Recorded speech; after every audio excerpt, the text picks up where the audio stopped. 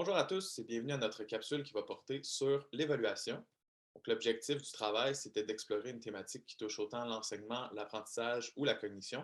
Donc, dans notre cas, comme je l'ai déjà dit, c'est l'évaluation qu'on va amener sous différents angles. Donc, tout d'abord, on va regarder le quoi. Donc, c'est quoi la différence entre une évaluation sommative et une évaluation formative. Ensuite, on va s'attarder au pourquoi. Donc, pourquoi c'est important d'évaluer, c'est quoi les rôles de l'évaluation au niveau collégial et regarder s'il y a des meilleurs moments que d'autres pour attribuer ces évaluations-là. Ensuite, on s'attarde au comment. Donc, comment évaluer, c'est quoi les types d'évaluations qui sont à la disposition des enseignants et les biais de correction qui vont être rattachés à ces types d'évaluations-là. Et on va finir avec une évaluation selon le type d'apprentissage. Donc, on va regarder un enseignant autant behavioriste, cognitiviste, constructiviste et socio-constructiviste et regarder comment cet enseignant-là amènerait l'évaluation dans son cours en fonction de son type d'apprentissage. Pour ce qui en est du quoi, nous voulons vous présenter deux modèles d'évaluation à utiliser pour un enseignant collégien, l'évaluation formative et l'évaluation sommative. L'objectif, c'est pas de vous dire qu'il y a une formule qui est meilleure que l'autre, mais plutôt de vous démontrer qu'elles sont complémentaires. Elles ont chacune leurs forces, leurs faiblesses et un but. Et nous croyons qu'il est très utile pour de futurs enseignants de les connaître plus en détail. Ça peut sembler tellement évident pour nous en 2021 que d'utiliser une évaluation formative pour juger de la progression des apprentissages d'un étudiant, c'est une bonne chose, mais ça a longtemps été l'inverse. C'est dans les années 70 que ce concept apparaît. Puis c'est pas dans les années 80 qu'il prend sa place dans les classes. Même que, durant la réforme des années 2000 au Québec, le professeur refusait de l'utiliser parce qu'il préférait prendre plus de temps sur l'enseignement et la correction des travaux que sur le développement cognitif des élèves. C'est peut-être là son plus grand défaut. Parce que l'évaluation formative est demandante en temps et en énergie. On fait cette évaluation pour l'élève, on doit corriger pour l'élève et on doit adapter notre enseignement aux besoins selon les résultats obtenus. Mais ça n'amène pas de notes, ça n'avance pas la planification de l'enseignement. Pour certains professeurs, c'est un bonus. C'est pour ça qu'il y a de plus en plus d'évaluations formatives globales au niveau de la classe et non sur le plan individuel. Ça permet de réduire le temps tout en essayant de développer le niveau cognitif des étudiants au maximum. L'évaluation formative, elle peut prendre plusieurs formes. Des petits examens préparatoires, des tests de lecture, des caoutchoucs, des discussions, des débats et encore plus. L'important, c'est pas vraiment le moyen utilisé, mais plus d'intégrer une formation qui va être bénéfique pour la compréhension de l'étudiant sans être trop demandante en temps pour le professeur. Pour ce qui en est de l'évaluation sommative, on remarque que c'est presque le pilier de l'éducation en ce moment. Les cours tournent autour de la note, l'écoute et l'attention des étudiants dépendent souvent des notes, les moyennes des classes se font comparer par le ministère. Vraiment, l'évaluation formative, c'est central dans un cours. Mais même si elle est essentielle, elle a quelques défauts. Déjà, même s'il y a plusieurs barèmes de correction qui sont mis en place, l'évaluation sommative est très subjective. C'est le professeur qui donne la matière, qui corrige les examens de sa classe. Puis il faut donc le plus possible guider la correction avec ces barèmes pour éviter de tomber dans l'aspect subjectif de l'évaluation. Aussi, elle peut amener un climat anxiogène. Il y a une part de l'échec qui existe avec l'évaluation sommative et il faut que les professeurs en soient conscients et développent des démarches pour abaisser cette tension-là avec des concepts clairs et une bonne communication des directives. Finalement, le but principal de l'évaluation sommative, c'est d'évaluer les apprentissages de l'étudiant, mais aussi de leur permettre de mettre en œuvre ses compétences dans le futur. C'est plus un registre d'accumulation des savoirs comme ça l'a longtemps été. Dans cette section, nous allons voir pourquoi évaluer et la perspective temporelle des évaluations. Nous allons tout d'abord commencer avec la définition du concept de l'évaluation. Donc, la notion d'évaluation, ça implique une mesure de la qualité pouvant elle-même s'ancrer dans une perspective relative à une norme ou une perspective permettant d'atteindre un objectif. Donc, cette notion est étroitement liée à l'idée d'établir un statut. Puis, l'évaluation implique également une contrainte de temporalité fixe. Mais ça devient plus complexe lorsqu'on se tourne vers l'évaluation des apprentissages, puisque c'est un élément qui se développe dans le temps. Donc, l'éducation dans les milieux scolaires, ça vise à développer l'être humain dans une temporalité continue des apprentissages. Puis, les milieux scolaires ont également une responsabilité sociale qui est de reconnaître et justifier les compétences ainsi que les savoirs des étudiants. Donc, on va donner des notes, des bulletins, puis des diplômes à un moment qui est défini. On voit donc une discordance entre la perspective du développement de l'étudiant, qui est temporellement continu, et celle de la légitimité des apprentissages, qui est temporellement fixe. Donc, pourquoi évaluer? L'évaluation devrait être un moyen pour guider l'étudiant dans ses apprentissages tout au long d'une session. Donc, les évaluations devraient aider les étudiants à progresser dans leurs apprentissages. Donc, lorsqu'on évalue, on va donner des rétroactions qui vont permettre aux étudiants de mieux comprendre les notions. Puis, ça va également leur permettre de développer leur autonomie, donc avoir un regard critique sur leur propre apprentissage et réalisation de façon autonome.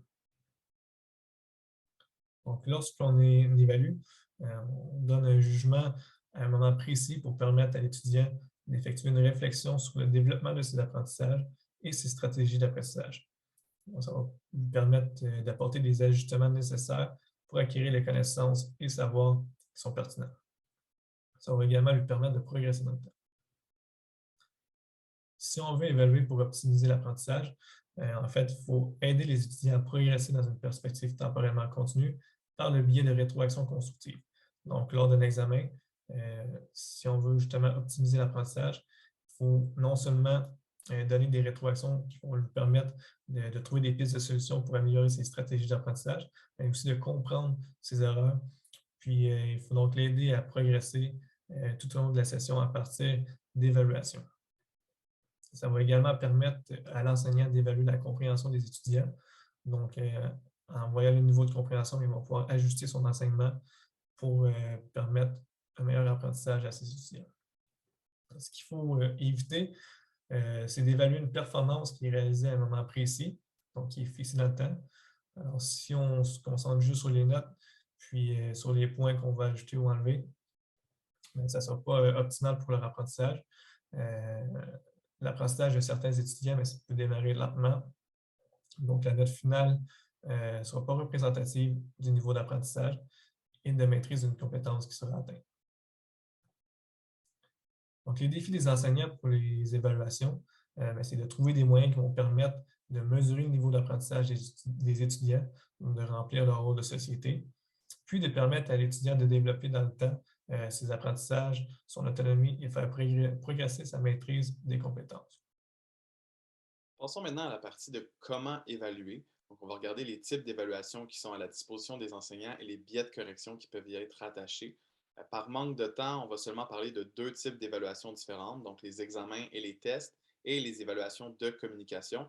Mais c'est important de savoir qu'il y a plusieurs types d'évaluations qui existent et qu'on aurait pu en choisir plusieurs autres si le temps le permettait.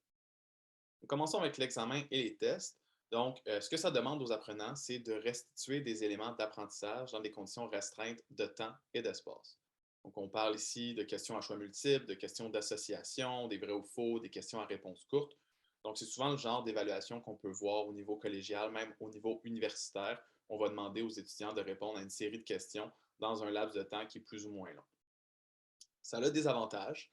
C'est très facile à corriger pour un enseignant, ce qui permet un retour rapide des résultats dans la classe et de rectifier les éléments de la matière qui ont peut-être été un peu moins bien compris. C'est aussi très peu subjectif à l'évaluation de l'enseignant. Donc, c'est souvent des vrais ou faux ou des questions à choix multiples qui ont seulement une bonne réponse.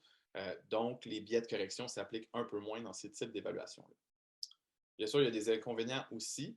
C'est des évaluations beaucoup plus en surface, donc qui favorisent la mémorisation. Souvent, les étudiants vont simplement apprendre par cœur la matière, la recracher d'une certaine façon sur leur copie le jour de l'examen et 2 semaines plus tard, ils ne s'en souviennent plus. Et c'est aussi des évaluations à réponse fermée, donc les étudiants peuvent très peu argumenter leur point de vue ou essayer de fournir un argumentaire à leur réponse, ce qui va souvent entraîner des effets anxiogènes importants chez les étudiants, ce qui est à limiter le plus possible dû à l'anxiété de performance grandissante au cégep. Et le deuxième type d'évaluation qu'on va voir, c'est les évaluations de communication. Donc, on parle ici d'activités soit en équipe ou individuelles qui vont démontrer les apprentissages des étudiants de façon orale ou écrite. Donc, on parle de présentation orale, de capsules vidéo, comme on fait en ce moment, d'exposés d'affiches ou de rédaction de travail synthèse, si vraiment on veut évaluer les compétences à l'écrit. Les avantages de ce mode d'évaluation-là, c'est que ça permet vraiment d'évaluer des apprentissages à un niveau supérieur. Donc, ça permet aux étudiants vraiment d'approfondir leurs connaissances sur la matière et de démontrer à l'enseignant tout ce qu'ils ont retenu du cours. Ça permet aussi de développer des compétences transversales, que ce soit des compétences de communication ou d'esprit de synthèse. Et le temps de correction de la part de l'enseignant est assez faible, ce qui permet un retour rapide en classe, surtout lorsqu'on parle de présentation orale. Souvent, l'enseignant va pouvoir corriger en même temps que les étudiants font leur présentation, ce qui permet un retour très rapide. C'est sûr, le retour est un peu plus long lorsqu'on parle de rédaction d'un travail synthèse. La correction d'un travail écrit est toujours un peu plus longue, bien sûr. Les inconvénients, Il y a un très grand désavantage qui est amené aux étudiants qui sont plus introvertis, surtout lors des présentations orales. Donc, pour eux, d'aller à l'avant de la classe et de présenter leur projet, ça peut amener vraiment des effets anxiogènes, donc il va créer un désavantage chez ces étudiants-là. C'est un type d'évaluation qui nécessite aussi une grille d'évaluation claire, sinon c'est vraiment plus porté au jugement de l'enseignant et ça peut entraîner les biais de correction qu'on parle depuis tantôt, qu'on va voir à l'instant. Donc, le premier biais de correction, c'est l'effet de halo. Donc, c'est un stéréotype qui est perçu par l'enseignant qui va affecter son jugement et générer un biais. Donc, ça se passe vraiment de façon inconsciente, mais ça peut être plusieurs stéréotypes qui vont affecter son jugement, que ce soit la beauté physique d'un étudiant, la façon dont l'étudiant écrit, si c'est lisible ou non, ou simplement le comportement de l'étudiant dans la classe. Il y a un comportement un peu plus d'élève modèle ou d'élève plus à trouble. C'est sûr que ça va générer un biais dans le jugement de l'enseignant. Ensuite, on a l'effet de pile. Donc, ce qu'on voit, c'est que la notation d'une copie est influencée non seulement par la copie précédente qui a été corrigée, mais aussi par sa position dans la pile. Donc, si la copie se retrouve dans le premier tiers de la pile, c'est souvent corrigé de façon plus sévère que si ça se retrouve à la fin. Et le dernier biais de correction qu'on va mentionner, c'est l'effet Pygmalion. Donc, ça, c'est les attentes que l'enseignant se fait face à un élève et à la prophétie autoréalisatrice qui va en découler. Ce que ça veut dire, c'est simplement que lorsque les enseignants pensent qu'un élève est mauvais ou qu'ils apprennent de la bouche d'un autre enseignant que l'élève a des difficultés ou qu'il a déjà échoué le cours, ben, l'enseignant va commencer à croire que cet élève-là a vraiment des difficultés, ce qui va générer un biais et qui va affecter son jugement et ce qui va souvent résulter d'un étudiant qui va avoir davantage de difficultés dans le cours. Donc, maintenant, on va mettre en commun ces connaissances avec le contenu qu'on a vu en classe tout au long de la session. Donc, en premier lieu, on va parler de l'évaluation selon un enseignant behavioriste. Donc, on sait que le modèle pédagogique du behaviorisme consiste à faire suivre un comportement d'un stimulus afin de favoriser ou défavoriser un certain comportement. Dans le cadre d'évaluation formative, un exemple, ça pourrait être les jeux questionnaires de style Kahoot. Un étudiant qui se voit gagner et qui se voit sur le podium va recevoir de l'attention positive de l'enseignant et de ses collègues étudiants.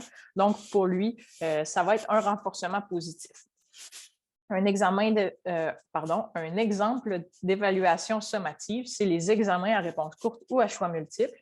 Ce genre d'examen-là est basé sur la notation. Puis, c'est avec sa note que l'étudiant va avoir un renforcement positif ou un renforcement négatif face à son comportement d'étude ou de non-étude. Pour ce qui est d'un enseignant cognitiviste, les évaluations formatives peuvent prendre la forme de schémas de concept. Ça permet aux étudiants de mieux structurer leurs connaissances. Aussi, puisqu'un enseignant cognitiviste va prendre en compte les connaissances préalables de ses étudiants dans son cours. Il peut utiliser une évaluation formative sous forme d'évaluation diagnostique pour ses étudiants, puis comme ça, il connaît la base de tout le monde dans la classe et peut commencer à leur niveau. Un exemple d'évaluation sommative pour un enseignant cognitiviste pourrait être un examen à réponse courte.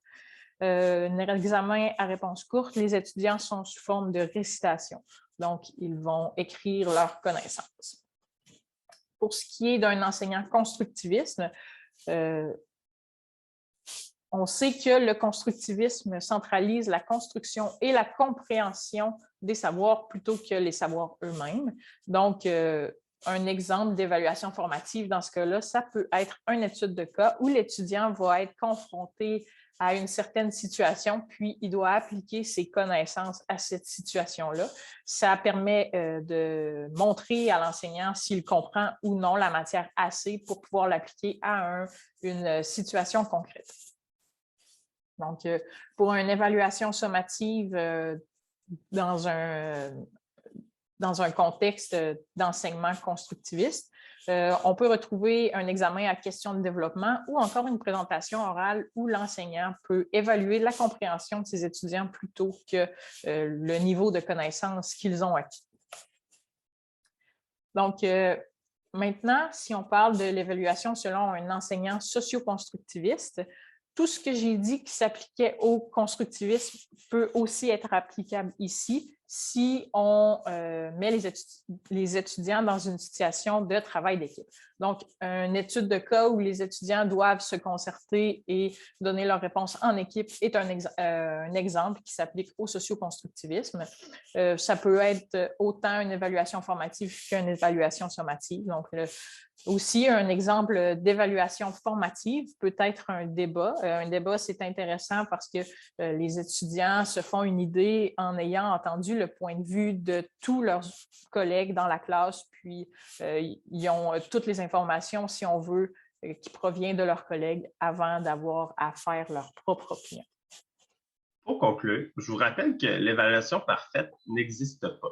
C'est un processus qui est complexe tout en étant simple, mais qui est inévitable au cégep. On vous a démontré qu'il existe deux grands types d'évaluation qui sont complémentaires pour le processus d'apprentissage de l'élève. Aussi, on a évoqué la question du pourquoi un enseignant doit développer l'autonomie des élèves et leur apprentissage par l'évaluation. Il y a aussi plusieurs types d'évaluations comportant chacune leurs avantages et leurs inconvénients, sans oublier les différents biais de correction qui affectent l'évaluation des examens. L'évaluation est aussi étroitement liée aux notions qui ont été présentées dans le cours avec le behaviorisme, le socioconstructivisme, le constructivisme et le cognitivisme. Au moins, maintenant, tous les futurs enseignants que vous êtes auront une meilleure connaissance de cet élément central de l'apprentissage, puis on espère que notre présentation vous aidera dans le futur. Merci beaucoup et je vous souhaite une bonne journée.